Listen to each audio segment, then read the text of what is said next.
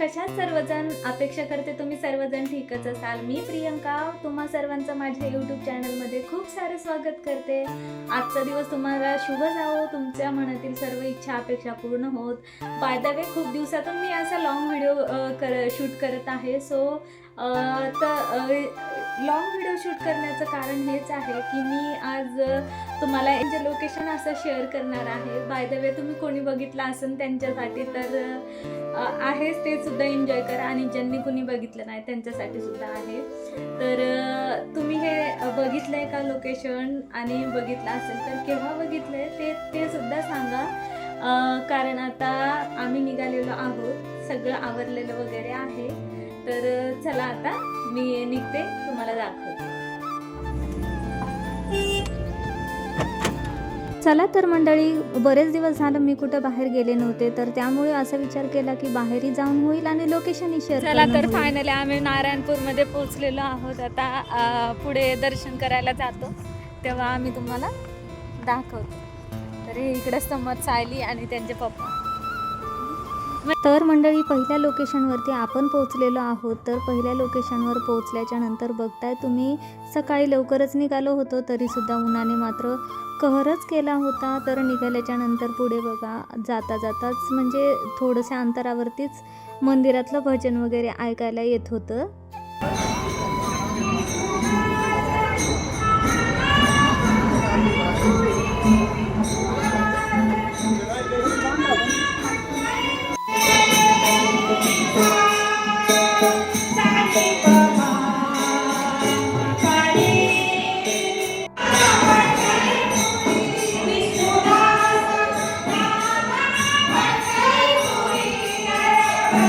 मंदिरात गेलो, दर्शन वगैरे घेतलं आणि छान असं भजन वगैरे होतं। तर छानच वाटत होतं तिथं गेल्याच्या नंतर। तर तुम्हाला कसं वाटलं ते तुम्हीसुद्धा मला कमेंटद्वारे नक्कीच कळवा। कारण आता इथे दर्शन वगैरे घेतलेलं आहे आणि आता आम्हीसुद्धा इथून निघण्याच्या तयारीतच आहोत। तर जातानाच रस्त्यामध्ये करवंद भेटले, तर करवंदसुद्धा घेतले आम्ही तिथे आणि त्यानंतर मात्र निघालो। आता निघाले आम्ही गाडीकडे। करवंद खात खात इकडे पुढे आमची दोन, इकडे बघा, मागं बघा, मागं आपली गाडी पलीकडे।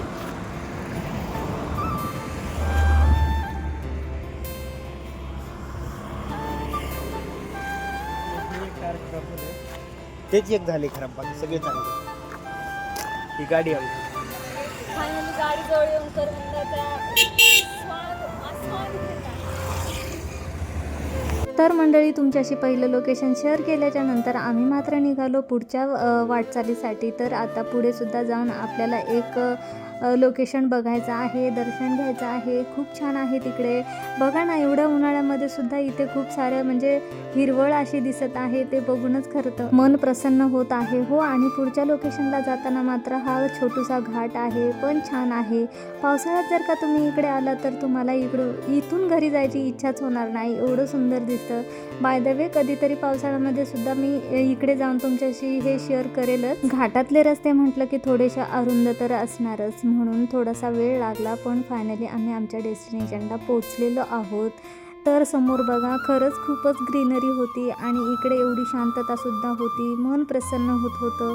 खरंच खूपच म्हणजे अगदीच हे होत होतं। आणि हो, तुम्ही जे कोणी आले नसेल ना, तर त्यांनी नक्कीच येऊन एकदा इथे व्हिजिट करा। तर हा आहे प्रीती बालाजी, आणि प्रीती बालाजी हे लोकेशन केतकावळा येथे आहे। केतकावळा नारायणपूरच्या थोड्याशा अंतरावरती आहे। सो तुम्ही इकडे येऊन भेट देऊ शकता। तर बघा, इथं पुढे पुढे गेल्याच्या नंतर खूप काय गोष्टी आहेत बघण्यासारख्या, तिथे एक्सप्लोर करण्यासारख्या खूप काय गोष्टी आहेत। तर आता आम्ही निघालेलो आहोत, पार्किंगच्या बरंच काय असं जवळपास आलेलो आहोत। तर पार्किंगला गाडी वगैरे लावून थोड्याशा अंतरावरती जाऊन तिथे चप्पल, मोबाईल, सगळ्या काही गोष्टी जमा करायच्या आहेत। त्यामुळे मात्र म्हटलं आपण जेवढं काही शूट घेता येईल तेवढ्या गोष्टी दाखवूया। कारण मंदिरामध्ये जाताना ना मोबाईल वगैरे घेऊन जाऊ देत नाही आहेत। जे कोणी येऊन गेलं असेल त्यांना माहीतच असेल, पण दर्शन वगैरे झाल्याच्या नंतर मात्र मोबाईल दिला तर मी पुढे जाऊन जे काय असेल ना, तर ते मंदिराच्या आजूबाजूतून मी तुम्हाला दाखवण्याचा प्रयत्न मात्र करणारच आहे। पुण्यामध्ये राहायला येऊन मला बरेच वर्ष झालेले आहेत, तरीसुद्धा मी पुण्यामधल्या काही गोष्टी काहीच म्हणजे एकदम अशा मी जेमतेम बोटावरती मोजू शकेल अशाच गोष्टी मला माहिती आहेत. बाकीच्या काहीच मला गोष्टी माहिती नव्हत्या. पण मात्र आता म्हटलं थोडीशी आपणसुद्धा व्लॉगिंग करत आहोत, तर सगळ्या काही गोष्टी आपणसुद्धा एक्सप्लोर करायला पाहिजे, बघायला पाहिजे कुठे काय आहे, कुठे काय नाही.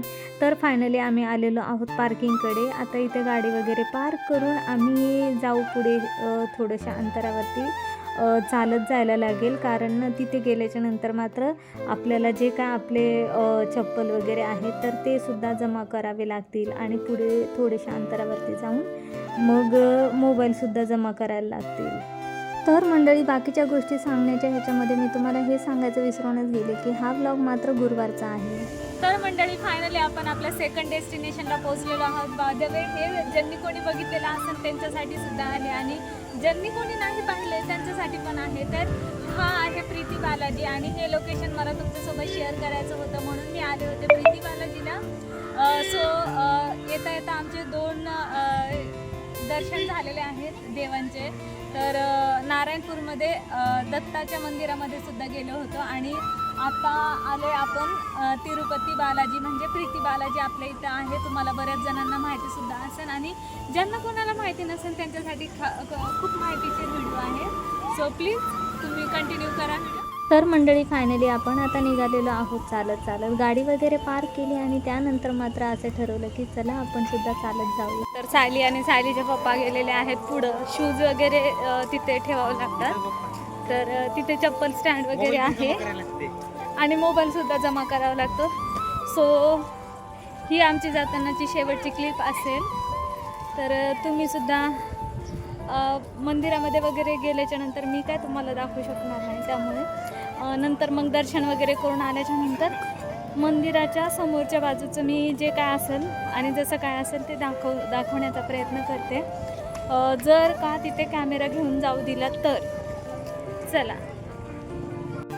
तर फायनली दर्शन वगैरे झालेलं आहे आणि दर्शन झाल्याच्या नंतर मात्र आम्ही बसलेलो आहोत तिथे सावलीमध्ये. प्रचंड ऊन आहे, त्यामुळे खूपच उन्हामुळे पायसुद्धा हे होत आहेत, भासत आहेत आणि त्यामुळे मग इथे छोटीशी सावली केलेली आहे. इथे सुद्धा मंदिरच आहे. इकडून दाखव रे समोर.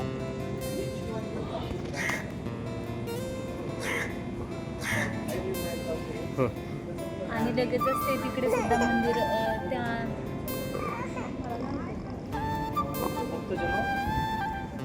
तर जस्ट मंदिराच्या पुढेच आम्ही बसलेलो आहोत. तर आता चला भोजनासाठी आम्ही जात आहोत. तर चला आता भोजनाचे कुपन वगैरे घेतलेले. तर फायनली आता आम्ही जेवणासाठी निघालेलो आहोत.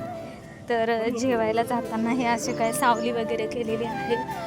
ऊन म्हणाल तर प्रचंड ऊन आहे, त्यामुळे ज्यांच्याकडे लहान बाळं असतील त्यांनी प्लीज कृपया करून उन्हामध्ये प्लॅन कधीच बनवू नका,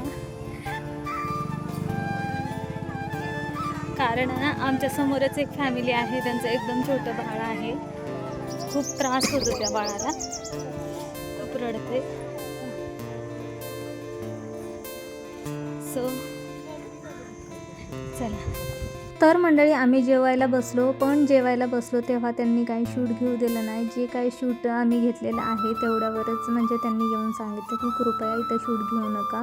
सो फायनली जेवण केलं आणि आम्ही सुद्धा आमच्या परतीच्या प्रवासाला निघालेलो आहोत.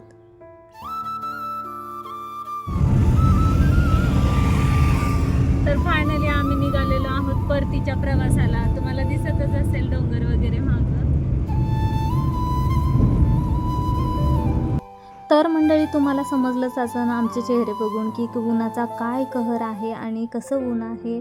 तर जाताना एकदम फ्रेश मूडमध्ये गेलेली लोक येताना मात्र एवढंसं तोंड करून आलेली आहेत. फायनली डोंगरातून वरती जातानाचा सुद्धा शूट घेतलेला आहे. तर मंडळी, हे लोकेशन मात्र पुण्यापासून खूप जवळ अंतरावरतीच आहे. आमच्या घरापासून तर म्हणाल तर खूपच जवळ आहे. आजचा व्हिडिओ कसा वाटला ते कमेंट करा. व्हिडिओला लाईक, चॅनलला सबस्क्राईब